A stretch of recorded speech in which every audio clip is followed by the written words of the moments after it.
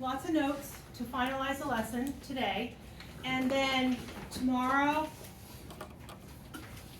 and Wednesday we'll go over lots of questions, as many as we can get through, and then on Wednesday I'll tell you exactly what's on the test for Thursday. Sounds good? I think right now there's 4 questions total on the test. That's pretty normal for this type of test. Yes? The homework, was that supposed to be like, is that going to be covering all this week's topics? Correct. Okay. Yeah, so I'll go over it. There might be one thing that I take off, but otherwise we're good to go. So what you're going to know about homework is I am not going to collect your homework. And I can 100% tell if you've done your homework when you take the test on Thursday. Okay, so it's really on your honor. You're like a college student right now. You're going to take the test with the true validity that you did the homework, you did the best you could to get there. Now, yesterday I did a review and I had about, 15 or so people get on, which is phenomenal. I've never had that many. And we went over some Aice level stuff, which I actually introduced the topic I'm going to go over today, a day early for them. So they were kind of comfortable with what I did yesterday.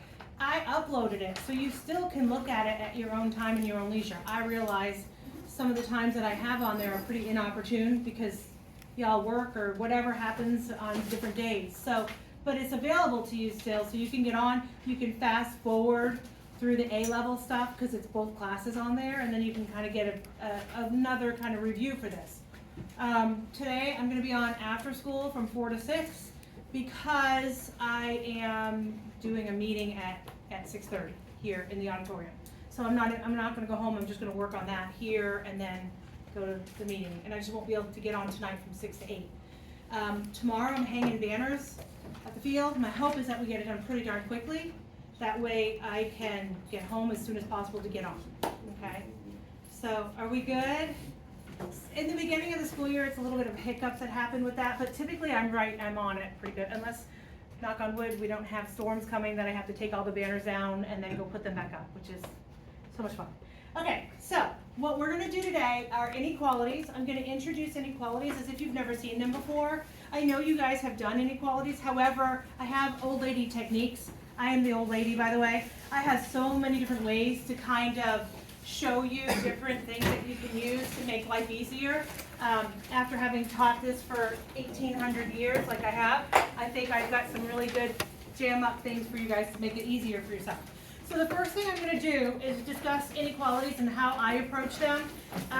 If you find that my way doesn't work for you and you like the way you were taught in the past, by all means do it that way. My way is not the only way, however, I try to make it the easiest I can.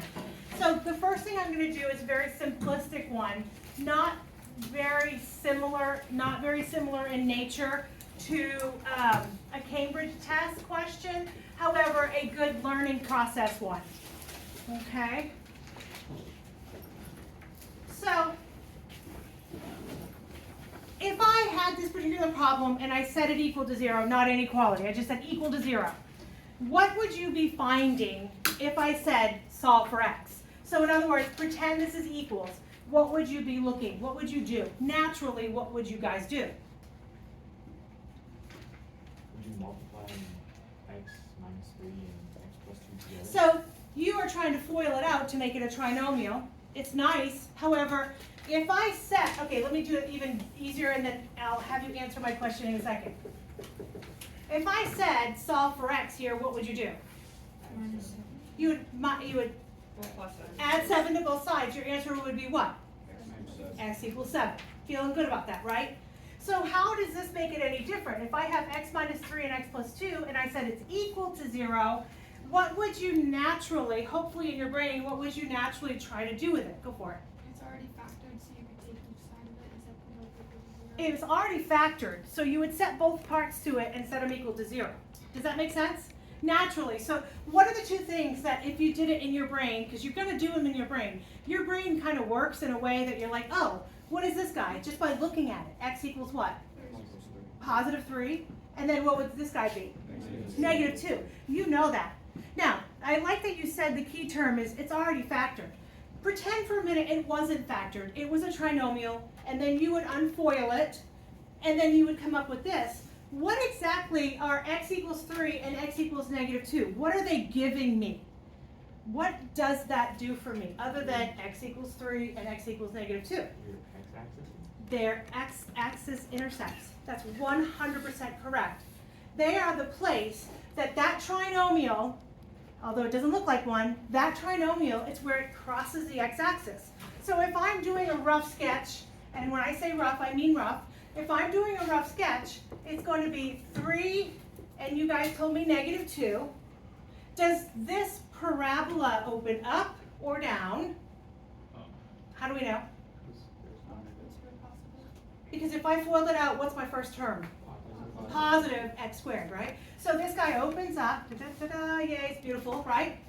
So now the question I ask you is, where is this parabola in its factored form? Where is it bigger than 0? Okay? What does bigger than 0 mean? Like literally bigger than 0 means? It would be greater than 0. Bigger than 0, above 0, Yeah. positive, right? So if I was to highlight this from here to here and from here to here, do you agree the blue is where it's above 0, greater than 0, and the red is where it's below 0? Are we cool there? So if this question said, where is this parabola less than 0, you would be referring to the red part. Does that make sense? Now that I'm saying it's bigger than 0, I'm referring to the blue parts. Are we cool? Are we going to draw this parabola every single time? No. So I'm going to show you my old lady trick that works every time. In this case, it starts out already factored, which is very nice. And I'm not nice all the time. But this is a good learning experience, okay? So the first thing you do when you have it already in factored form is you're going to find what we refer to in math as our critical numbers. You guys understand those critical numbers is where it hits the x-axis. And the reason why it's called a critical number is because it goes from where it's above the axis to where it goes below, and then goes back to above. Those are a special place that causes it to change signs, okay? Are we okay so far? All right, so now we know those are special. We want to make what I refer to as a chart.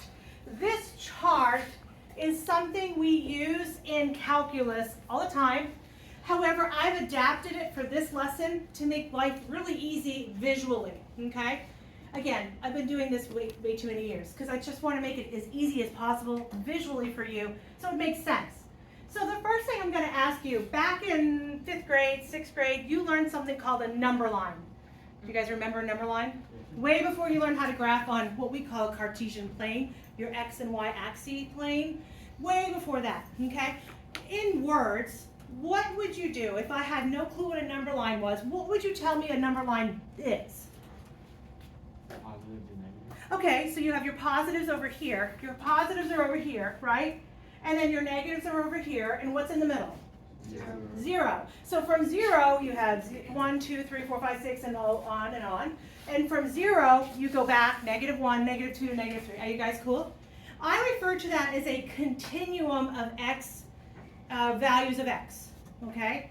From the smallest small, millions, negative, to the largest large, however those are. But we have an idea that it takes a hold of every integer. Do you guys know those words? Integer, your negatives, 0, and then your positives. Okay, so what we're going to do is we're in essence going to create a continuum of a number line. What is my smallest number up here in this problem? -2. So I'm going to write that first. What's my larger number in this problem? 3. I'm going to leave a space and write that. So in my brain, I want to create a number line. I want to look at the smallest smalls, the stuff in between, and then the stuff to the right of these two critical numbers. So I'm going to go, I care about when it's less than -2. What numbers fall into that category? -3, 4, -5, -6. We can do that all day long and have a blast, right? But we won't because, we have time. So we're going to go everything to that left of that -2. The next thing we're going to observe is not that. The next thing we're going to do is we're going to look at the stuff in between those two numbers. What falls in between -2 and 3, my critical numbers? -1, 0, 1, 2. Okay, we're cool? We don't include 3, right, because this is just strictly lesson. Then the next thing we're going to do is we're going to look at the very other side, and so we're looking at the x values that are bigger than x, bigger than 3. What numbers fall into that category? 4, 5, 6, 7, right. Do you agree, when I write it up like this, I have taken into account everything to the left of my first critical number, in between my critical numbers, and then to the right of my critical number. Makes sense, right? So that's what you're going to do. Find your critical numbers. You may have to factor. Then you're going to create a chart. Okay, now, the next part is, I think, the easy part, but a lot of people kind of get confused, so I'll slow it down a little. I want you to come up with numbers that fall into each of these categories. And I say be nice to yourself. So you're going to pick a number that falls here. A lot of people will go, I want to pick -1,000,000. Don't do that. Just find one that's very close, kind of small, easy to play with.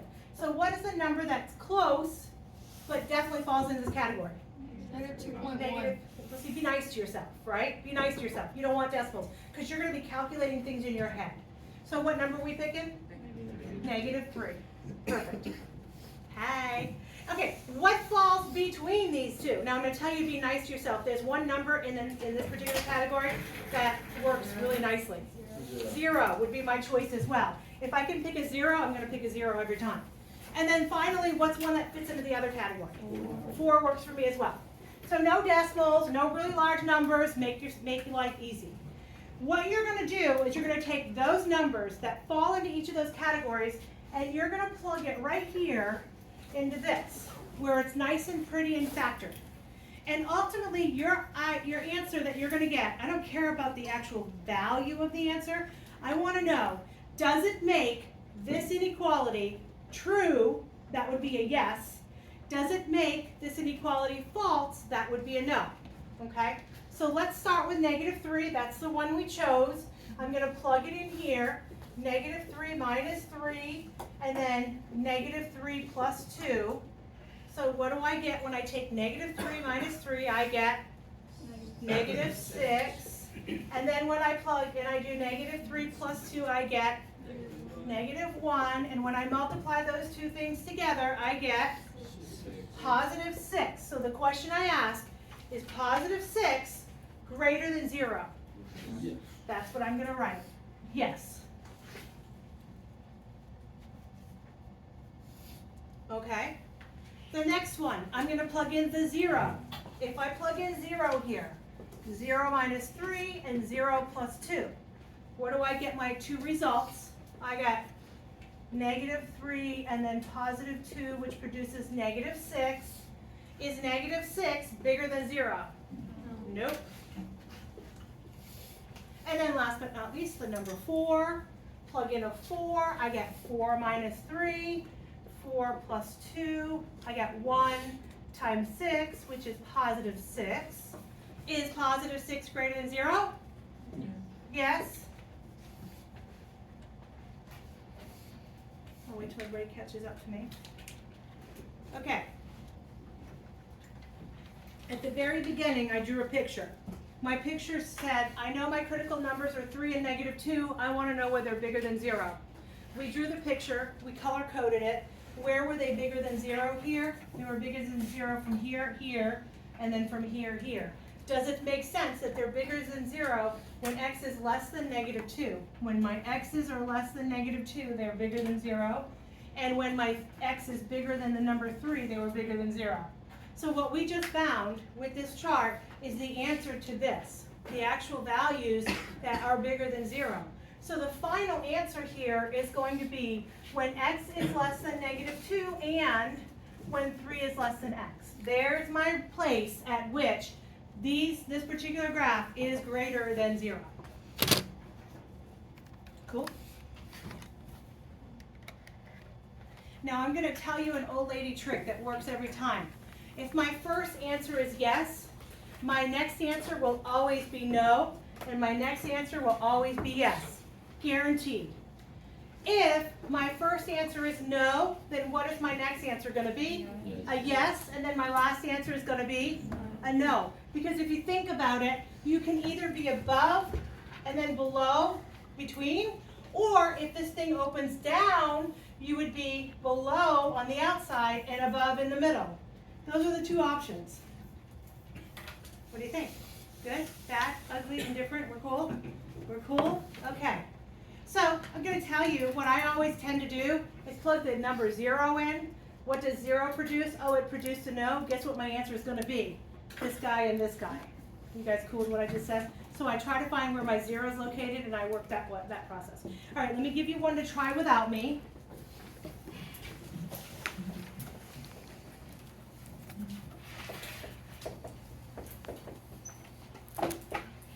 Now, I put a little like hiccup in it. I have a less than or equal to. The only difference in your chart is rather than just being strictly less than, it'll have an equal to symbol in it. But your chart always goes in this direction. Always goes in this direction regardless.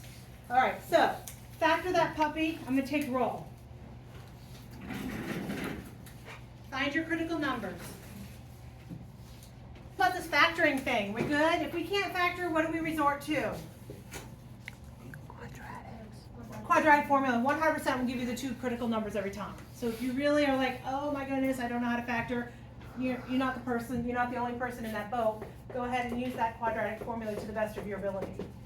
Okay, did you come up with the 2 and the 5, x plus 2, x plus 5?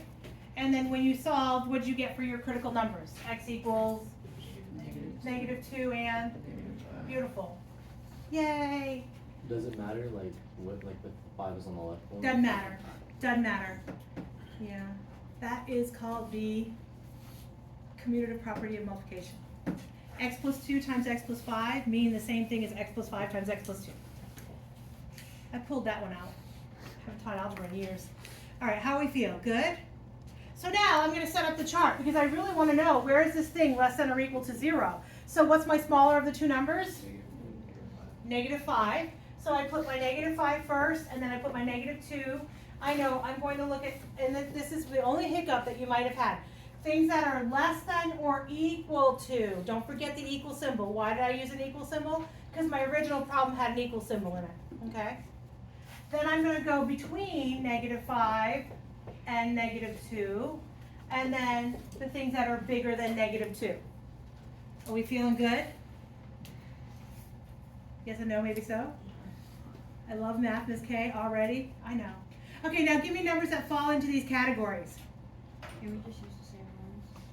You can use whatever falls into this category. Does that make sense? Like, what's a number that's smaller than -5? -6. It has to make this thing true. So you couldn't use it, that's right. But you could use it here.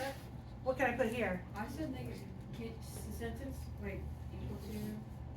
Oh, you're saying can I use the -5? The -5 is a place at which it hits the x-axis, so it's 0 regardless. So if you plug in that, you're always going to get a 0, which doesn't tell you whether it's positive or negative. So you don't want to fall into that trap because that's going to give you where it hits the x-axis. Okay, so what number would we choose here? -4 or -3, which either one. Does 0 work? It doesn't. We want it to though, because we like 0 best. I know, I'm with you. But, however, what could we use over here? Be confident with that answer. 0. I could use 0 over here, right? Does that make sense? Trust me, I get that all the time. I do the same thing. Now, which one am I going to plug in first? Why? You find out the other sides. Because if I know 0, what answer is 0, then I know everything else, right? Works for me. Now, if you, for some reason, put 0 in the wrong place, it might mess the whole thing up. So we want to make sure we're good. So if I plug 0 here, I've got 0 plus 2, and I've got 0 plus 5. That's 2 times 5, which is 10. Is 10 less than or equal to 0? No. No. So then what's my answer scheme going to look like? No, yes. A no and then a yes. So what is the answer to make this particular problem true is where the yes happens. So where are the places at which it causes it to be less than or equal to 0? Go ahead. When x is over over or equal to greater or equal to -5 and less than or equal to -2. Perfect, perfect. It's this middle guy. So from -5 to -2. Smiley face, I got my right answer. Typically that would be about a 3-point question on an ACE exam. An ACE exam at the end of the year earns you college credit, and typically students need about 45 points to snag AS level. However, last year they only needed 27 points. So that kind of tells you if this is 3 points towards 27, it's doable. It's definitely doable. We got this. We got this. All How many right. questions were there? So you have 2 tests actually. So the 45 points is from 2 tests. Okay. It's from pure math and stats, which totals 125 points. So they needed 27 points out of 125 to get college credit last year. Yes. So for the last question that we did, I'm confused on the like solving it, because wouldn't it be -2 is less than or equal to 10? And then wouldn't the first 2 be right? Okay, wait. So if I plug in -3 here, you're saying?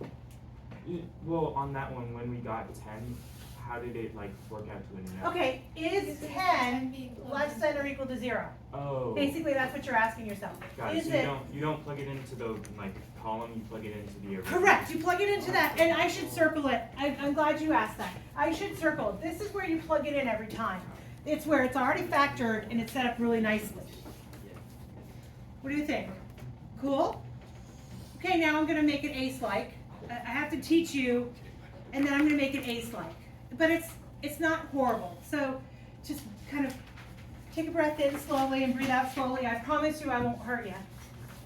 Okay, what I want you to do on your paper while I'm erasing here is I want you to write the quadratic formula. If you don't know it by heart, it's on your bright colored sheet of paper.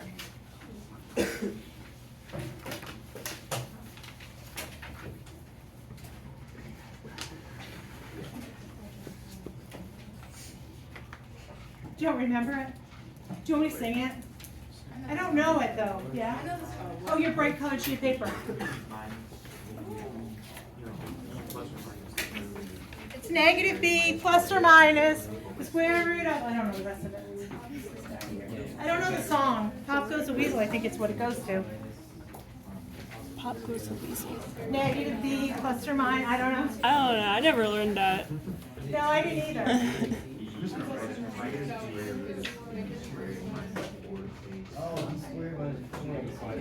All over 2a. I know that part. Although, you know, it's kind of, it makes sense when they sing it to you and you learn it through song, you remember it forever. Because I could tell you right now the 16 counties in the state of Maine. Oh, you want to hear it?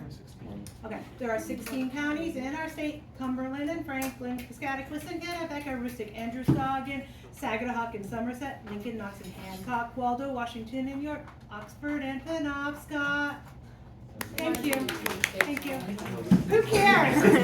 I don't know why that's in my brain, but if I ever go on Jeopardy, I have that. That's all I got. Okay. So if I sing to you, you'll never forget. It'll be like burned in your memory forever, and I'm sorry. Okay, so when I'm looking at this in its entirety, what does this guy do for me? Math. It does math. More specifically, in its entirety, it gives me blank. X, axis, intersects. Yes, it does what you would do if you factor. When you factor, you get -2 and -5. That were my x-intercepts. If I plug this stuff in and I calculate it out, I get my x-intercepts. Is everybody cool? However, this thing is far more powerful than getting x-intercepts, which is kind of cool. It actually has more, really a lot of kind of cool things to it. One of the ones that we have is if I take just this portion of it and I do -b over 2a and calculate it. Does anybody know what that is by chance? Vertex form? Vertex. It's actually more specifically the x value of the vertex. What did we do last week when we found the vertex? We did what? It's been so long. Solving the square? We completed the square. Good job. We completed the square. And when we completed the square, we were able to find the x and y of the vertex, the lowest point or the highest point on the graph. This guy gives me the lowest or highest point of the x value, okay, which is pretty cool. Now even more powerful. This, we're going to call it the discriminant. Sorry, not a very good speller. B squared minus 4ac. That is what we refer to as the discriminant. The discriminant is pretty cool. It talks about multiple layers, but the first layer we're going to look at is when I'm using the whole thing, I get the x-intercepts, right? When I'm using the negative b over 2a, I figure out the vertex, the x value of the vertex. The discriminant itself is actually going to tell me how many x-intercepts potentially happen. So let's look at scenarios that can happen. If I drew this lovely parabola, how many x-intercepts did that guy have? It had 2, right? Do you guys see them? This guy right here and this guy right here. Alternately, if I went down, how many x-intercepts does that guy have? 2. This guy right here or this guy right here, okay? That is when your discriminant, b squared minus 4ac, is bigger than 0. Because if I'm plugging numbers in, do you agree with me? Let's say I plug in b squared minus 4ac and I get the number 4. It's a result. So I would have negative b plus or minus the square root of 4 over 2a. How does this end up happening? What works here? Well, what is the square root of 4 actually equal to? 2. So I would have whatever b is, negative b plus 2 divided by a number, and then I would have negative b minus 2 divided by a number. Does that make sense that 2 answers pop out?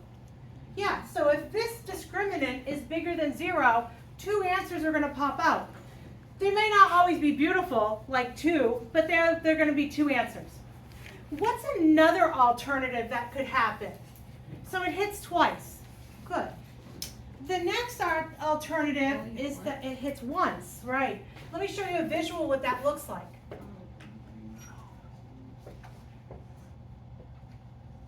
Something like that. The actual place at which it hits is actually also called the vertex. Let's see if that makes sense. If I plug this stuff in and I get b squared minus 4ac is equal to 0, does it make sense that it pops out the vertex? Well, let's look. If this was a 0 instead of a 4, what does this do? Negative b plus, what's the square root of 0, by the way? 0. So negative b plus 0, still negative b, divided by 2a. Ooh, what did I tell you negative b over 2a is? The vertex, nice. Negative b minus 0 over 2a, what's that going to be? Also the vertex. Does it make sense? If this zeroes out, I'm left with the vertex. It hits it at one spot. Tell me that's not super cool. Okay, it is. I'm just going to say it for you. I know deep down inside you don't want to be as cool as I am, but you got it figured out. It's really cool. What's the last opportunity? Where doesn't hit any? It never hits ever, ever. So what does that look like? Up here, potentially down here. Never hits. What do you, can you guess what b squared minus 4ac would be? Less than 0? Yes, let's look at what that looks like. B squared minus 4ac is less than 0. What is something that's less than 0? Give me a few of those. Negative 3, negative 4, negative 5, negative 3. What do we know about the square root of negative 3? Can I take the square root of negative 3? No. What is it called? Do you guys know? It's called imaginary. It's not real. That means it doesn't exist in the real, but in A level it does exist. You're going to love it, but right now it doesn't exist. Oh, wait, there's algebra 2 You should have done it in algebra 2. Does it make sense? It hits twice with a positive. It hits once if it's 0. It hits never if it's negative. Are you guys cool with that? So if a question ever comes up and says how many x-intercepts does this have, you literally would go b squared minus 4ac, see if it's bigger than 0, equal to 0, or less than 0, and you would know it has 2 intercepts, 1 intercept, or never. Okay, are we cool? Do you agree 2 intercepts means two distinct points. This guy here and this guy here, distinct. What does the word distinct mean? Very different. Totally different from each other. So this could be -1, this could be +4. Different x-intercepts. Okay? What is this guy? Are they two distinct? No, there's only one. So it's what we refer to as something like a repeated root. Let me show you what that visually would look like. If I came up with this thing, tell me how many times that thing hits the x-axis. Never. What is the x-intercept here? +2. What's the x-intercept here? Also +2. It's what we refer to as a repeated root. It hits once. Your b squared minus 4ac would actually be equal to 0 because it only hits it once. Isn't there like a complex where, cause I recall this is the last lesson I learned in algebra 2, because our class didn't get that far, but isn't there like a complex and there's, Complex conjugates. You'll do that next year for sure. Yeah, so what I referred to as a Cartesian plane earlier, the x and y axes, next year you're going to have a real axis and an imaginary axis. It's very similar in nature to the x and y. It's actually not hard. It's probably one of the easier of the, what do you think, Kelly? Cartesian x and y axes become a real and imaginary. I didn't mind those. They were easy. I like the artan, whatever, Right. they were called, yeah. Yeah, so they come really easy. I make them easy, than they could be. Okay, are we cool? Twice, once, or never. You guys cool with that? So that's if I have a singleton parabola. Now I'm gonna make it Aice-like. You guys cool? You ready? Remember I told you to keep your hands inside the ride at all times? This is a good example. Now, I'm going to tell you I have a line and a parabola. Okay? I'm going to have a line and a parabola. And I'm going to start us off and we're going to come up with all the scenarios that could happen. Let's say I have this parabola and I want to draw the line. What could potentially happen when I take that parabola and draw the line? It hits what? Twice. I'll do it in red. It hits twice, there and there. That makes sense? It is a question on the homework. Okay, it hits twice. This is, if I think about what I learned over here, this is where the discriminant is what? If I'm thinking about it in terms of discriminant. B squared minus 4ac, greater than 0. What about another scenario? Parabola, knowing what we did over there, and a line. We hit it twice, what's next? Hits once. Like less than 0. So what does that look like? Well, we'll do less than 0 in a second. Hits once. Different color. There we go. Does that make sense? Hits once. That is where my discriminant will be equal to 0. This is where my b squared minus 4ac greater than 0. And then last but not least, twice, hits once, and then never hits. What does that look like? Parabola. Line's under it, right? Line, there we go, never hits. Super cool. What's my discriminant in this scenario? B squared minus 4ac is less than 0. All right, are you guys digging it? I could hit twice, I could hit once, or never. All right, are we cool with those thoughts? There's only 3 options that could potentially happen. So let me write down a problem, and then we're going to break it down and see what it's asking. All right.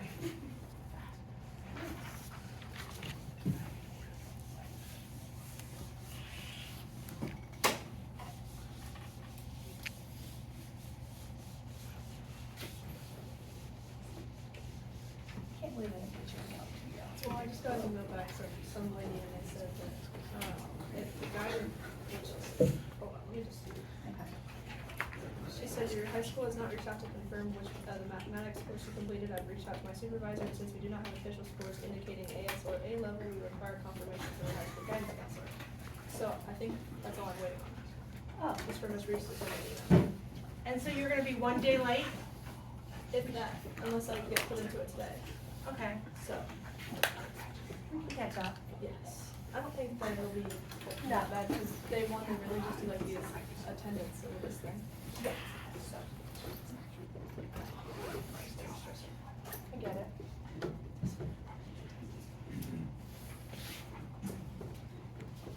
Okay, in Aice math, they don't refer to a parabola as a parabola. They refer to it as a curve, just FYI.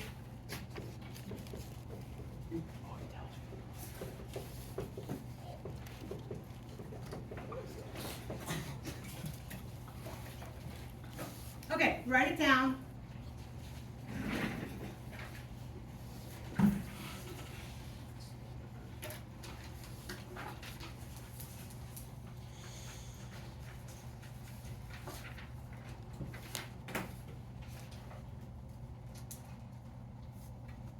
Let's kind of break down the key things. I'm looking for a set of values of k, meaning more than one value of k. So kind of keep that in mind as we kind of work this process. Where this line intersects this curve, also known as a parabola, okay? So what are the scenarios that can happen when a line intersects a curve? They could meet how many times? They can meet once, twice, or never, right? This one wants me to show where it meets how many times? 2 distinct points. So what indicates that something meets something twice in 2 distinct points? It's the b squared minus 4ac is what? Greater than 0. If it tells you that these lines never meet, what would I have put? B squared minus 4ac is? Right. If I say, oh, they meet just once, then you're going to tell me equal to 0. Okay, so we got that. Now, how do I make this curve, parabola, and this line become something that I can use the discriminant for? So we know we use the quadratic formula when something's in the form of ax squared plus bx plus c. That's how I find my a, that's how I find my b, that's how I find my c.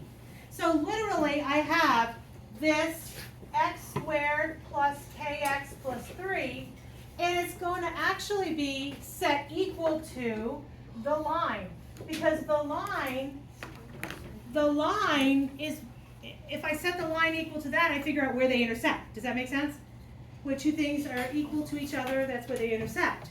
So I want to make it look like a quadratic ax squared plus bx plus c. What do I need to do with this? I mean, move things to the other side, right? So I'm going to subtract 2x. We feeling good about that? And then I'm going to add 1 and set it to 0. Gotta go? yeah, I gotta wait. Yeah? Yeah. Okay, good luck. Thank you. I'm excited for you. Okay, so now, can we clean it up at all? Yes. What can I do? You can add the 3 and the 1. Add the 3 and the 1. I feel very comfortable with that. So we're going to have x squared plus kx minus 2x plus 4 is 0. Everybody cool? I didn't rock anybody's world yet? We're good? Not yet. Okay, good. So, what is a? X squared. Okay, a is just 1. We don't bring the x squared with it. We just say, what's the coefficient in front? So a is 1. Beautiful. What's b? K minus 2. Yes. Do you see it? Because you kicked that X's out. Because x, the things that are in front of x are my b's, right? What is in front of x? Oh, there's a k, and then there's a minus 2. We're feeling good? And then c, what's c? 4. Beautiful. I want to show the set of values for which this thing meets at 2 distinct points. So literally, I'm going b squared minus 4ac is greater than 0. Okay, what's b? Okay, so k minus 2 squared minus 4, what's a? 1, cool. And what's c? 4. So far, so good. Here's where the downfall happens. People forget that k minus 2 squared, what do you have to do with that? You have to square each one. You have to what? You have to square each one. You have to. Not each piece. Foil. You have to FOIL, right?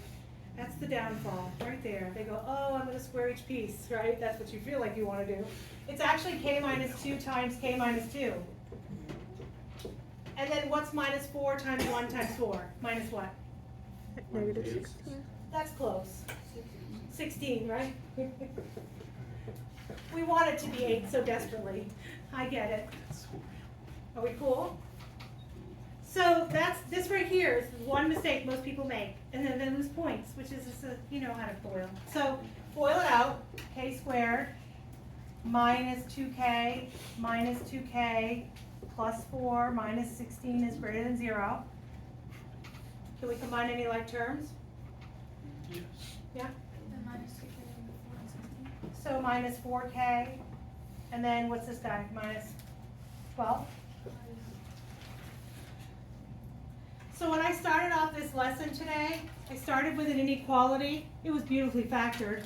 However, we have an inequality we have a trinomial that's greater than 0. What should you do from what I taught you at the beginning of this lesson? Factor it. So let's factor it. What do we get when we factor it? Good question. When two things multiply together to give me a 12, when added and subtracted and or subtracted give me a 4. Negative 6. Positive 2. Feeling good? If I can't do that, what do I resort to? What do I need to do? Quadratic formula. All right. What are my two critical numbers? Negative 2 and positive. So k is 6 and k is negative 2. Are we cool? Can you make a chart without me? Because we're trying to find out where it's bigger than 0, right? It's chart time. Anytime I see an inequality, I jump on a chart. What shall I put first for the chart? Negative 2, then my next number is? Positive 6, right? I'm just setting it up, and then I'm going to plug stuff in, yeah. So I'm going to use k, because I use k there. Is it wrong if I stick an x in there? No, it's okay. Don't be nervous. Okay?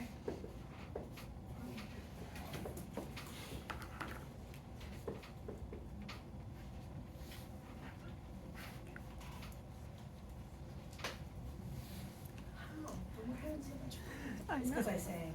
Yeah. Shouldn't sing. What numbers fall into these categories? Negative 3. What's a good one here? And then, so if I plug into 0, I can figure out if it's a true or false statement. So I've got negative 6 times positive 2, which is negative 12. Is negative 12 greater than 0? No. Nope. So what's the answer to these two guys here? Yes, no, yes. It's yes, no, yes. So my answer to this particular question, what set of values make this have, it's going to be where k is less than negative 2 and where 6 is less than k.